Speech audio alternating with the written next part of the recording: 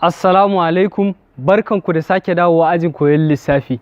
Yau muna so mu ga division by 10, 100 da kuma multiples nasu. Wato idan muka ɗauki question na farkon nan, yadda muka yi a multiplication na decimals muna shifting to the right hand side ne. Nan kuma a division muna shifting ne to the left hand side. So yanzu kaga nan tunda 0 ɗaya ne wato 10 za mu yi shifting one place to the left. So kaga nan wajen za mu yi shifting place ɗaya zuwa left hand side kenan. So kaga ansanka ya zama point in zai da nan, daga nan point ɗinka ya da nan, ansanka ya zama 2.88.